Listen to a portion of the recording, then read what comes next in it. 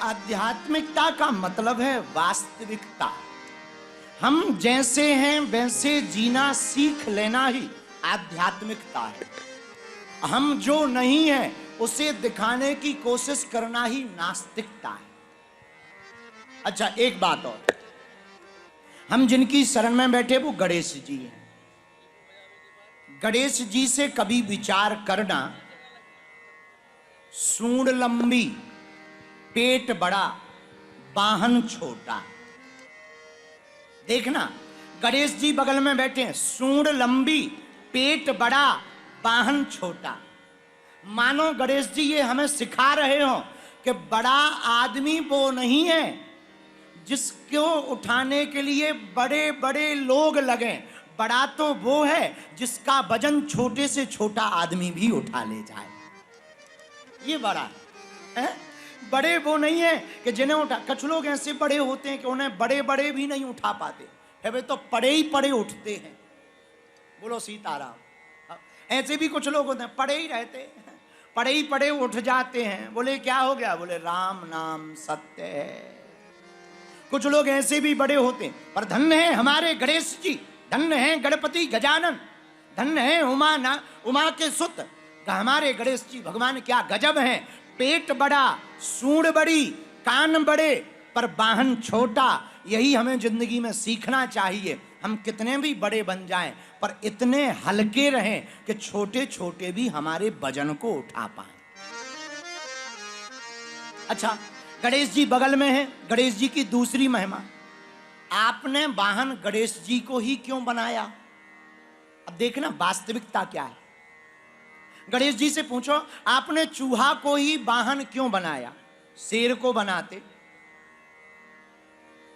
बिल्ली को बना लेते, ऊंट को बना लेते, जेबरा को बना लेते।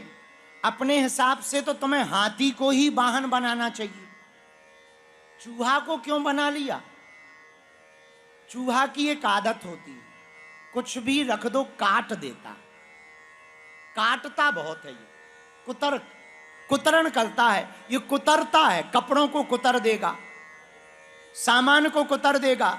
हमें याद है, हमारे घर पे बहुत पुरानी बात है, एक पुरानी एलईडी टीवी थी, मैक्स की टीवी बड़ी वाली।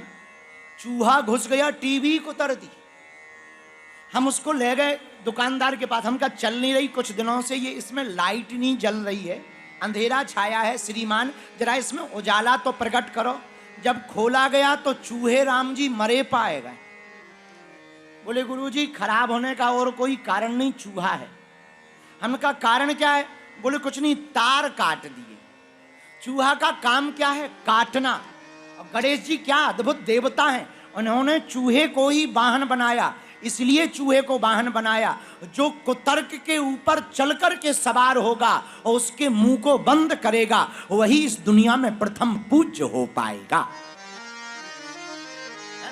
कुतर्क, एक होता तर्क, एक होता वितर्क, एक होता कुतर्क। तर्क करना बढ़िया है, वितर्क करना थोड़ा खराब है, कुतर्क करना तो महा खराब है। बोलो सीताराम। एक आदमी था दिल्ली का, रहा होगा सुंदर नगर में। हमारा एक चेला था सुंदर नगर में, चंगीलाल। आजकल सुंदर नगर में रहता है दिल्ली में। दिल्ली में रहने वाले चंगीलाल महाकुतर्की आदमी।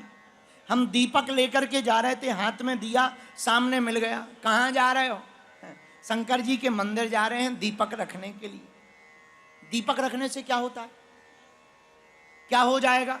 अरे हमका कुछ नहीं होता, हमारे पिताजी रखते रहे, दादाजी रखते रहे, सो हम रख रहे। अब देखना कुतर्की आदमी। बोले तुम्हारे पिताजी गलती करते रहे, दादाजी गलती करते रहे, तो क्या तुम भी गलती करोगे? अरे हमके क्या मूर्खतापूर्ण बातें हैं। गलती नहीं है, ये तो सही है, पूजा है।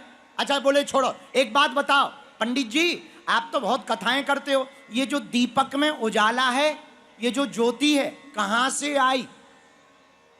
अब कहां से बता दें कहां से आई? दिल्ली से आई कि बंबई से आई? वो तो माचिस से आई। लेकिन अगर हम कह दें कि वो माचिस से आई, तो वो कहेगा माचिस में कहां से आई?